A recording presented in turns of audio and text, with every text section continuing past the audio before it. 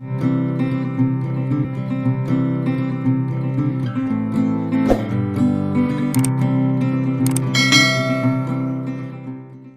यीशु मसीह के सामर्थी नाम में सब जन तारीफ करो परमेश्वर की।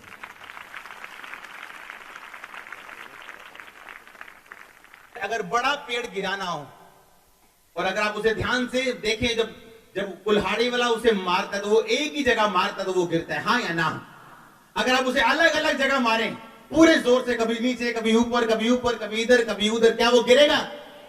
बोलो, क्या वो गिरेगा? क्या नहीं गिरेगा? क्योंकि पेड़ गिराने के लिए आपको फोकस की जरूरत है। जो एनर्जी आपके पास है आपको सही जगह पे लगानी है अगर आप उस पेड़ को गिराना चाहते। हालेलुया। उसी तरह से प्रार्थना है, आमीन, सेम प्रेयर है। अगर आप चाहते हैं कि परमेश्वर ये बड़ा काम आपकी जिंदगी में करे या वो काम आपकी जिंदगी में करे, मैंने आपको आज प्रार्थना करना सिखाया है, हाँ या ना? आप जानते जब डैनियल प्रार्थना कर रहा था, अगर आप बाइबल ध्यान से पढ़ते हैं, आप पुराने नियम में जितने लोगों को या नए नियम में जितने लोगों को पढ़ते हैं, मोस्टली तब परमेश्वर की आत्मा या उसके दूतों ने काम किया है जब प्रार्थना परमेश्वर के वचन के बीच में से की गई। हालेलुया। आप अगर डैनियल को प्रार्थना करते सुने तो डैनियल इस तरह से प्रार्थना करता है, हे मेरे परमेश्वर, तो वो परमेश्वर है जिसने इस्राएलियों को मिस्र देश से निकाला था। तो वो परमेश्वर है जिसने समुद्र को दो भाग कर दिया था, फिर अपने लोगों को कनान देश में पहुंचाया। तो वो परमेश्वर है जिसने आसमान से मन्ना बरसाया था। और बाइबल में लिखा है उसी टाइम दूत भेज दिया गया स्वर्ग से, डैनियल के उत्तर को लेके दूत भेज दिया गया कि दूत जा और डैनियल की प्रार्थना का उत्तर दे गया। हालेलुया। डैनियल इस तरह से प्रार्थना नहीं कर रहा था, ओ मर गए प्रभु जी, ओ प्रभु जी बचा लो, कितने हो तुम? डैनियल लिखा बाइबल के बीच से प्रार्थना कर रहा था, हे परमेश्वर, तू वही है जिसने मिस्रियों से हमको निकाला था, तूने एक भारी प्रॉब्लम से हमें आजाद किया था। तू वही परमेश्वर है जिसने समुद्र को दो भाग कर दिया गया। अब तू वही परमेश्वर है जिसने आसमान से खाना बरसाया था। तू वही परमेश्वर है जो आग के खंभे और बादल में से होकर जिसने हमारी अगुवाई की थी। आज हम मन फिराते हैं, आज हम तेरी ओर मुड़ते हैं, लेकिन उसी समय दूत भेज दिया गया। अगर आप पतरस की प्रार्थना को सुने, जब उसे मार पड़ी तो वो आगे बोलते, हे परमेश्वर, तू वही परमेश्वर जिसने कहा था अंत के दिनों में मैं अपना आत्मा सब मनुष्य पे उंडेलूंगा। तुम्हारे दास तुम्हारे दासियां भविष्यवाणी करेंगे, वो तुम्हारे बेटे दर्शन देखेंगे। कितने मेरी बात को भविष्यवाणी करेंगे और दर्शन देखेंगे, और मैं अपने दास दासी पे अपने आत्मा से उंडेलूं। कितने इस वचन को जानते? और लिखा जैसे ही उस वचन में से प्रार्थना खत्म हुई, लिखा परमेश्वर का आत्मा उस जगह पे उतरा और सब लोग पवित्र आत्मा से भर गए और वो स्थान जो प्रार्थना वहां पे कर रहे थे वो हिल गया, हाँ या ना? क्या वो इस तरह से प्रार्थना कर रहे थे, हाय परमेश्वर मर गए, और देखो उन्हें की करता, और परमेश्वर जी कुट्टे गए, साड़ी बड़ी फैंटी लाई उन्होंने, और उन्होंने मार दियो, और दुश्मनों फाड़ लो परमेश्वर जी। No no no. वचन से जब आप प्रार्थना करते हैं आप आकर्षित करते हैं दूतों को कि वो इंटरफेयर करें आपकी लाइफ में, वो एंटर करें आपकी लाइफ में, वो उस चीज को काटे जो शैतान की ओर से। आमीन। आप जो वचन के बीच से प्रार्थना करना सीख जाते हैं, आपकी प्रेयर इमोशनल नहीं है, आपकी प्रेयर स्क्रिप्चुअल है, आपकी प्रार्थना बाइबल के वचनों के बीच से की गई है। आमीन। आपको इस बात को आज ध्यान से समझना है। हालेलुया। जब बाइबल के बीच से आप प्रार्थना करते हैं, दूत आपके लिए भेजे जाते हैं। परमेश्वर आपकी जरूरत के हिसाब से कभी काम नहीं करता, वो आपके विश्वास के हिसाब से काम करता है, हाँ या ना? सब मेरी ओर ध्यान दो, अपने पड़ोसी को बोलो, परमेश्वर तेरी जरूरत के हिसाब से नहीं, पर तेरे विश्वास के हिसाब से काम करते हैं। आमीन। वीरवार को मैंने बताया था कि जब उस व्यक्ति ने कहा था, परमेश्वर मेरा सेवक बड़ा बीमार है, आप उसे आओ और उसे घर में आप उसे चंगा करो। परमेश्वर ने कहा मैं आकर उसे चंगा करूंगा। क्या कहा परमेश्वर ने? मैं आकर उसे। वो कहता नहीं नहीं परमेश्वर, मैं अधिकारों वाला मनुष्य हूं, मेरे नीचे के काम करते हैं, जब मैं उनको बोलता हूं जाओ तो वो जाते हैं, आओ तो वो आते हैं। यानी मैं अधिकार समझता हूं, मैं भी जानता हूं मैं अधिकारी हूं, आप भी अधिकार रखते हैं, बस मुंह से बोल दो प्रभु। परमेश्वर ने कहा जा तेरा सेवक चंगा हो चुका है। परमेश्वर ने उसकी जरूरत के हिसाब से काम किया या उसके विश्वास के हिसाब से काम किया? शमौन कोढ़ी के घर में परमेश्वर जाते हैं और वापस आते हैं। शमौन कोढ़ी, कोढ़ी का कोढ़ी है। खुद प्रभु यीशु मसीह के सामने वो कोढ़ी का क्या रह जाता है? कोढ़ी रह जाता है। उसके घर में आके एक पापन औरत शिफा पा जाती है, पर शमौन कोढ़ी शिफा नहीं पाता। कारण क्या था? अविश्वास। परमेश्वर में शक कर रहा था, अगर ए यीशु है ते कहना इन्नू नहीं पता कि जेड़ी औरत इन्नू छू रही है वो पापी है। परमेश्वर ने कहा, शमौन, डॉक्टर बीमारों के लिए, मैं पापियों के लिए आया हूं। जो पहले से धर्मी हैं उनके लिए नहीं, जो पापी हैं मैं उनके लिए आया हूं। अगर ये पापी मेरे पांव को छू रही है तो इसके पाप माफ है। उसने कहा, जा, चली जा और पाप से बची रहे, क्योंकि तूने चंगाई, तूने शिफा, तूने अपनी अपनी बीमारों से, अपने पापों से आजादी पा ली। और शमौन कोढ़ी, कोढ़ी का कोढ़ी, हालेलुया। आप जब वही आयत पढ़ते हैं 131 की एक आयत, आज मुझे पंजाबी में पढ़नी पड़ेगी। हे यहोवा, मेरा दिल हंकारी नहीं, ना मेरियां अखां कमंड दियां हन, ਅਤੇ ਜਿਹੜੀਆਂ ਗੱਲਾਂ ਮੇਰੇ ਲਈ ਵੱਡੀਆਂ ਅਤੇ ਅਚਰਜ ਸਨ ਮੈਂ ਉਹਨਾਂ ਵਿੱਚ ਦਖਲ ਨਹੀਂ ਦਿੰਦਾ। ਸਭ ਬੋਲੋ ਆਮੀਨ। ਨਿਸੰਗ ਮੈਂ ਆਪਣੀ ਜਾਨ ਨੂੰ ਠੰਡਾ ਤੇ ਚੁੱਪ ਕਰਾ ਲਿਆ ਹੈ, ਜਿਵੇਂ ਦੁੱਧ ਛੁਡਾਇਆ ਹੋਇਆ ਬਾਲਕ ਆਪਣੀ ਮਾਂ ਦੇ ਨਾਲ ਰਹਿੰਦਾ ਹੈ। ਹਾਂ, ਦੁੱਧ ਛੁਡਾਏ ਹੋਏ ਬਾਲਕ ਵਾਂਗੂ ਮੇਰੀ ਜਾਨ ਮੇਰੇ ਅੰਦਰ ਹੈ। हे ਇਜ਼ਰਾइल, ਯਹੋਵਾ ਉੱਤੇ ਆਸ ਰੱਖ, ਹੁਣ ਤੋਂ ਲੈ ਕੇ सदीप काल ताई। सब बोलो आमीन। परमेश्वर ने कहा, उस व्यक्ति ने कहा कि मेरा मन कैसे रहता है? जैसे एक माता की गोद में दूध छुड़ाया हुआ बालक। जब दूध छुड़ाते हैं बालकों का, बच्चों का, तो उसका माता की गोद में बैठे उसका ध्यान कहां रहता है हर वक्त कि मैं दूध पीना है, हाँ या ना। लेकिन उसको मम्मी ने छुड़ा दिया, उसकी मम्मी उसे मारती है, उसे तंग करती है, उसे पीने नहीं देती, लेकिन वो चुप करके बैठा है। उसका पूरा ध्यान कहां है कि मैंने दूध पीना है, हाँ या ना। लेकिन अब वो कर नहीं रहा। क्यों? क्योंकि अब उसकी माता ने उसे छुड़ा दिए हैं, लेकिन वो माता के साथ लड़ाई नहीं कर रहा, संघर्ष नहीं कर रहा, चाहे उसका दिल कर रहे। मोस्टली मिरेकल्स आपकी लाइफ में तब होते हैं जब आपका मन शांत होता है। बड़े चमत्कार, बड़े काम आपकी जिंदगी में तब शुरू होते हैं जब आपका मन कैसा होता है? शांत। एक आयत में लिखा, जब आप दोबारा से पढ़ते हैं, कि ਜਿਹੜੀਆਂ ਗੱਲਾਂ ਮੇਰੇ ਲਈ ਵੱਡੀਆਂ ਤੇ ਅਚਰਜ ਸਨ ਮੈਂ ਉਹਨਾਂ ਵਿੱਚ ਦਖਲ ਨਹੀਂ ਦਿੰਦਾ। ਕਿਹੜੀਆਂ ਗੱਲਾਂ? ਜਿਹੜੀਆਂ ਵੱਡੀਆਂ ਤੇ अचरज मतलब आश्चर्य, हैरान करने वाली, जो समझ से बाहर है। हाय ਉਹਦੇ दो कुड़ियां हो गई, रब भी ना बस ऐसा लगता है रब ਨੂੰ सलाह दे रहे हैं ਆਪਾਂ कि ਤੈਨੂੰ ਉਹਨੂੰ दूजा मुंडा दे देना चाहिए ਸੀ। कितने मेरी बात को समझ रहे हैं? आप नहीं जानते जो दूसरी लड़की पैदा हो रही है वो सेवक है, भविष्यद्वक्ता है या क्या है, आप नहीं जानते। आपको सिर्फ बोलना आता है। हालेलुया। जब मेरी वाइफ पैदा हुई थी अपने घर में, लोग रोने के लिए और विलाप करने के लिए इसके घर में आए थे कि ताड़े घर तीजी कुड़ी हो गई। इनके पिता ने कहा था रोने धोने की जरूरत नहीं, मुझे लड़कियां बहुत पसंद हैं। आज वही लड़की आपके सामने बैठी है। हालेलुया। कितने मेरी बात को समझ रहे हैं? लिखा, जो बातें मेरे लिए आश्चर्य हैं, जो मेरी समझ से बाहर हैं, जो मेरी सोच से परे हैं, कहता मैं उनसे काम नहीं रखता। क्यों बेटा हो गया, क्यों दो कुड़ियां हो गई हैं प्रभु? जिन्हें मुंडे देना है तो मुंडे दिंदा जाना है, जिन्हें कुड़ियां देना है प्रभु तेन ऐसा नहीं करना चाहिए। क्या आप जानते कि प्रभु जानता है? उसने कहा मैं अपनी माता की गोद में इस तरह से हूं जैसे मेरा दूध छुड़ाया जा चुका है। अब मैं माता की गोद में हूं, मेरा दिल तो कर रहा है लेकिन मुझे डिसिप्लिन किया जा रहा है, मुझे डिसिप्लिन में रखा जा रहा है अपनी माता की गोद में। उसी तरह कहता मेरा दिल शांत है। आपकी लाइफ में बिगेस्ट टेस्टिमनी उन दिनों में आएगी जब आपका दिल शांत होगा। आपको जल्दी नहीं होगी। इन 7 संडे में मैंने एक चमत्कार लेना है, मैंने काम करना ही करना है, प्रभु तुझे करना ही करना है। वो कभी प्रेशर नहीं डालेगा। उसने कहा मेरा मन इस तरह से है जैसे दूध छुड़ाया बालक अपनी माता की गोद में रहता है। कहते जो बातें मेरी समझ से परे हैं मैं उन पे ध्यान नहीं देता, जो आश्चर्यचकित है कहता मैं उन पे ध्यान नहीं लगाता जब मुझे समझ ही नहीं है इन बातों की। हालेलुया। कैसे पता आप विश्वासी हैं? कैसे पता आपका दिल परमेश्वर के साथ लगा हुआ है? आप उन बातों पे ध्यान नहीं देंगे जो आपकी समझ से परे। हालेलुया।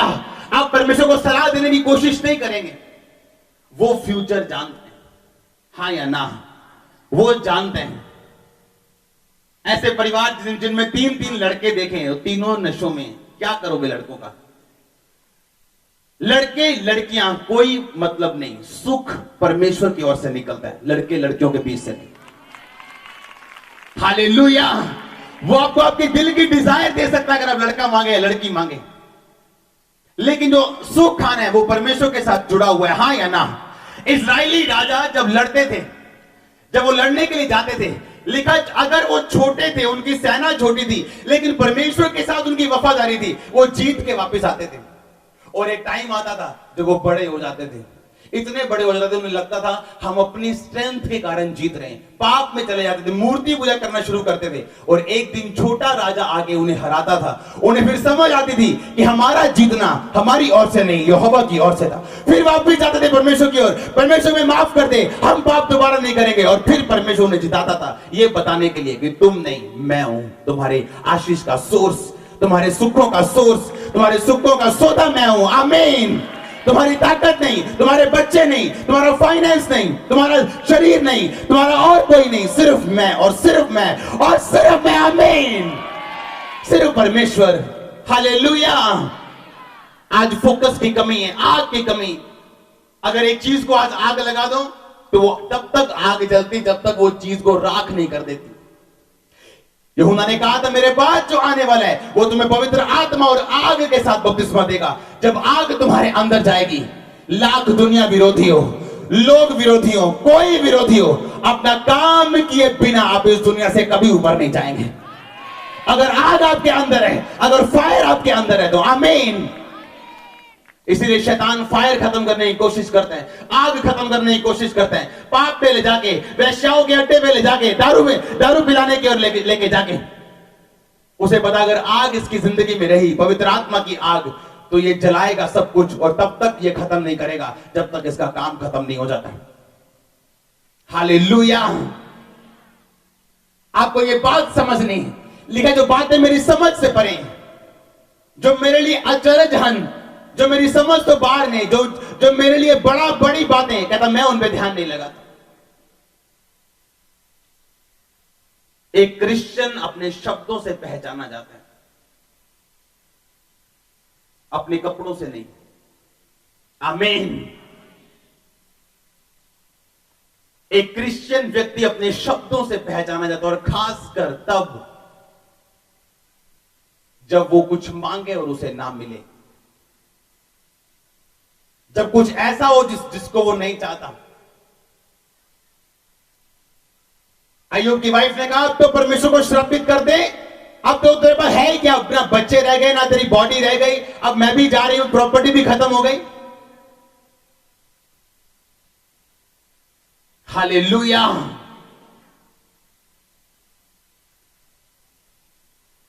जब परमेश्वर आपकी अगुवाई करता है आपकी मसीही जिंदगी में, कभी क्वेश्चन मत पूछो उससे।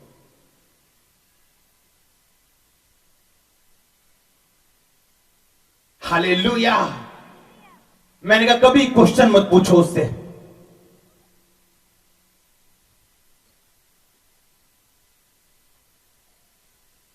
कैसे रहना है आज से? जैसे दूध छुड़ाया लड़का अपनी माता की गोद में रहता है। आप ये काम कर सकते हैं, बड़े बड़े काम, अगर आपका मन रिलैक्स है तो। आज मैं आपको एक सीक्रेट देता हूं।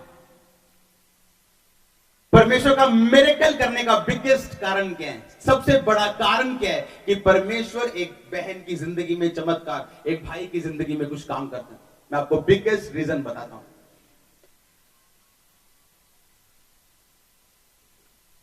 क्या कारण है? मान लो परमेश्वर इसकी जिंदगी में बड़ा काम करते हैं, क्या कारण है?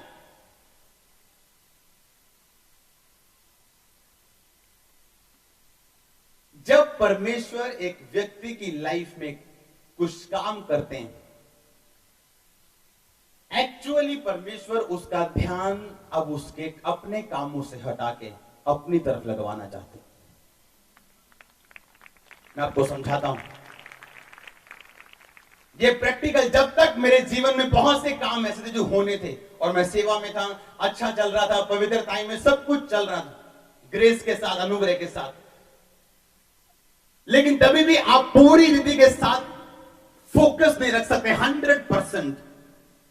और एक टाइम आया, आज मेरी जिंदगी में एक भी प्रेयर रिक्वेस्ट मेरी अपने लिए नहीं है। कितने मेरी बात को समझ रहे हैं? एक टाइम था जब नो प्रेयर रिक्वेस्ट मेरी अपने लिए होती थी और एक दूसरे के लिए होती थी। सारा कुछ 2 घंटे मांग के 5 मिनट कहता ना, प्रभु उत्ते भी दया करो, उत्ते भी दया करो, उत्ते भी दया करो, उत्ते भी दया करो।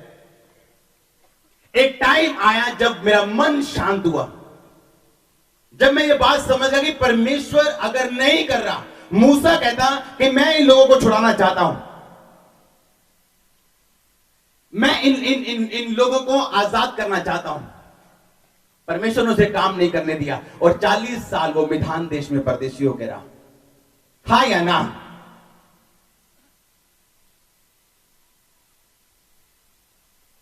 और तब जब उसका मर गया अपना आप कि अब बुढ़े हो गए, उनकी करना है,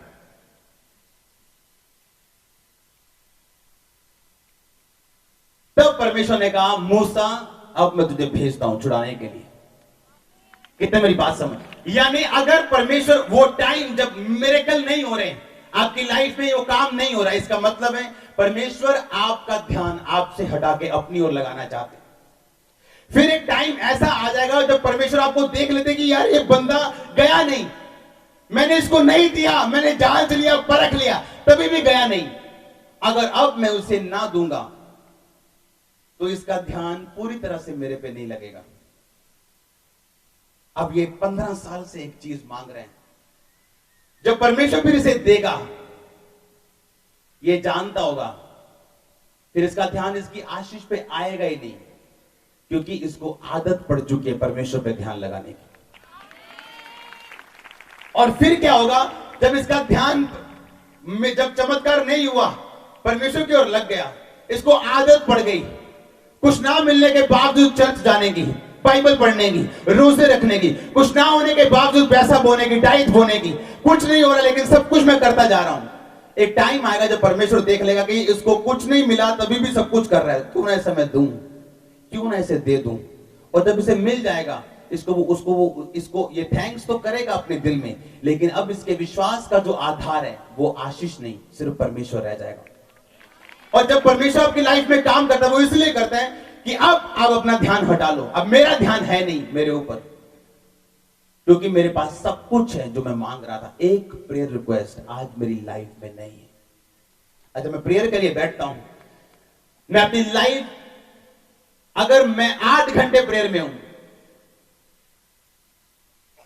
15 मिनट भी मैं प्रेयर नहीं करता हूं अपने लिए, प्रभु मुझे ये चाहिए, मुझे वो चाहिए। मैं एक बात जानता हूं, उसके धर्म और राज्य की जब आप खोज करते हैं, सब कुछ आपके पीछे पड़ के आता। आमीन। तब आपको जो चीजें भी जरूरी हैं, मैंने कभी भी, लोग हैरान होते हैं, मैंने कभी भी जमीन के लिए प्रार्थना नहीं की इतनी ज्यादा जितनी आप सोचते हैं।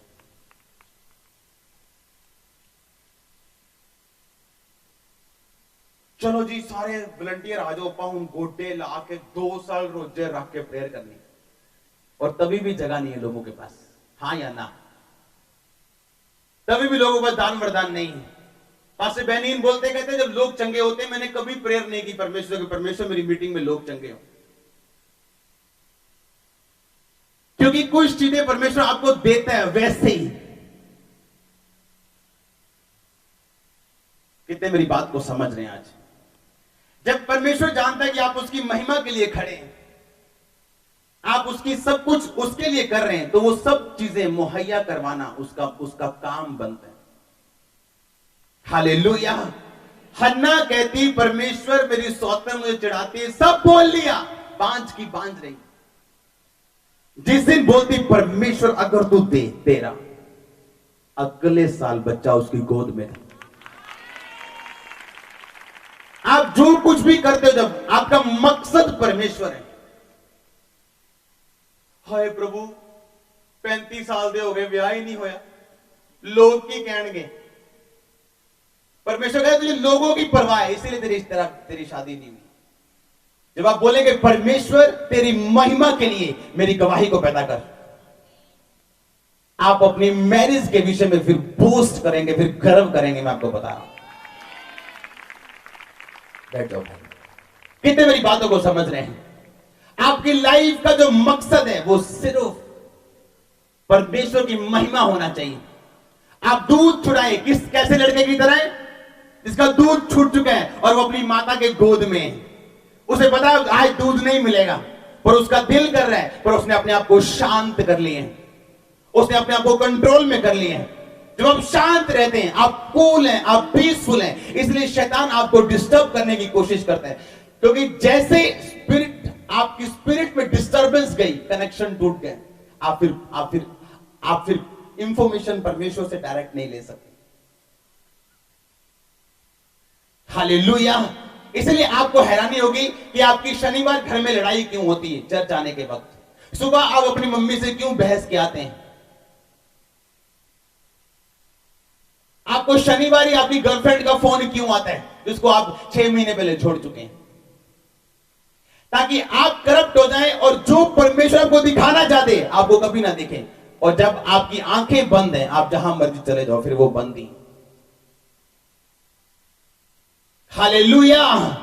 जब आप शांत कर लेते अपने आप को कि मैं शांत हूं, जिस तरह बालक अपनी माता की गोद में जिसका दूध छुड़ाया जा चुका है और जिसको बड़े कामों से कोई मतलब नहीं, जो परमेश्वर को सलाह देने की कोशिश नहीं करता, परमेश्वर को काउंसलिंग देने की कोशिश नहीं करता कि परमेश्वर ऐ होना चाहिए सी, ऐ होना चाहिए सी, इधर जाना चाहिए C. No no no no no no. जिसने आपको बनाया वो जानता है कौन सी चीज किस टाइम पे कितनी आपको देनी चाहिए। हालेलुया। कौन सी चीज कितने मेजर में आपको देनी चाहिए वो जानता है। हालेलुया। कहता जैसे लड़के का मन रहता है गोद में बैठा, दूध पीना चाहता लेकिन पीने की माता छुड़ा चुकी। कहता बड़े काम जो आश्चर्य वाले उसको कोई मतलब नहीं। हालेलुया। इसलिए परमेश्वर ने कहा व्याकुल मत हो। तुम परमेश्वर पे विश्वास रखते हो, मुझ पे भी क्या करो, विश्वास रखो। तुम्हारा मन व्याकुल ना हो, क्योंकि अगर तुम्हारा मन व्याकुल है बीमारी के कारण, तो तुम्हारे मन के व्याकुल ना होने का कारण यह भी है कि उसके कोड़े खाने से तुम चंगे हो चुके हो। अगर शैतान तुम्हें व्याकुल करता है बीमारी के कारण, तो तुम व्याकुल ना हो। अगर व्याकुल होने का कारण है बीमारी, तो ना होने का कारण यह है उसके कोड़े खाने से मैं और आप चंगे हो चुके हैं। अगर गरीबी व्याकुल होने का कारण है, तो व्याकुल ना होने का कारण ये है कि उसके सुसमाचार सुनाने से हम अमीर हो चुके हैं। आमीन। अगर शैतान का व्याकुल करने का वो कारण निराशा है, तो याद रखो जब परमेश्वर आपको निराशा के बीच से लेके जाते हैं, आपको तोड़ते हैं, जो रोटी वो तोड़ता है वो फिर बांटते हैं, फिर बांटते हैं हजारों और लाखों में, फिर वो बांटते हैं। आप बांटने वाले यीशु मसीह के नाम में आशीष के कारण। हालेलुया। मत घबराओ, मत क्वेश्चन रेज करो परमेश्वर के सामने। ये पृथ्वी, अगर आप साइंटिफिकली आपको नॉलेज है इस बात की, चंद्रमा पृथ्वी से छोटा है, पृथ्वी सूरज से छोटी है, और इतने बड़े बड़े ग्रह हमारी यूनिवर्स में कि पृथ्वी एक पेन की निब के समान है। यह धरती, इतने बड़े बड़े ग्रह ऊपर मौजूद हैं कि हमारी पृथ्वी का साइज ये पेन की निब के, पेन के सिक्के के अगले हिस्से के समान है। और इस इतनी बड़ी धरती की आप एक मिट्टी के कण जितने मेंबर हो गए, परमेश्वर बोल रहे हो परमेश्वर ये क्यों है। कितने मेरी बात समझ रहे हैं। हम जिसका कोई वजूद ही नहीं है, जो मिट्टी के कण की तरह है, वो उसको बोल रहा है जिसने पूरी दुनिया बनाई कि तूने ऐसा क्यों किया, तूने ऐसा क्यों कर दिया, मैंने ऑर्डर क्यों नहीं मिला।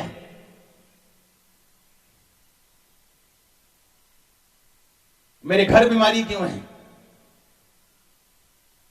अगर आपको प्रॉब्लम ना होती आप यहां ना होते आज। थैंक्स करो प्रॉब्लम्स के लिए परमेश्वर। हालेलुया।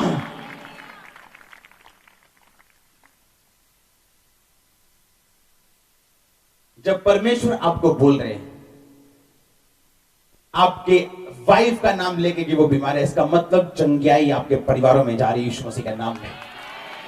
अगर वो बोल रहे हैं कि आपको बिना, कितने मेरी बात को समझ रहे हैं, परमेश्वर जानते हैं आप क्या करने के लिए चर्च में आए। उसको एक कांटेक्ट पॉइंट चाहिए, सिर्फ एक व्यक्ति चाहिए एक परिवार में जिसके द्वारा, जिसके जरिए वो काम कर सके। एक जन खड़ा हो पवित्रता में, एक जन तो खड़ा हो जो प्रार्थना करने वाला हो, जो घुटने टेकने वाला हो, जो जिसको अपनी प्रॉब्लम की चिंता ना हो, जो अपने, जिसका ध्यान अपने ऊपर ना हो, जो परमेश्वर की ओर देखता हो। उसको एक चाहिए।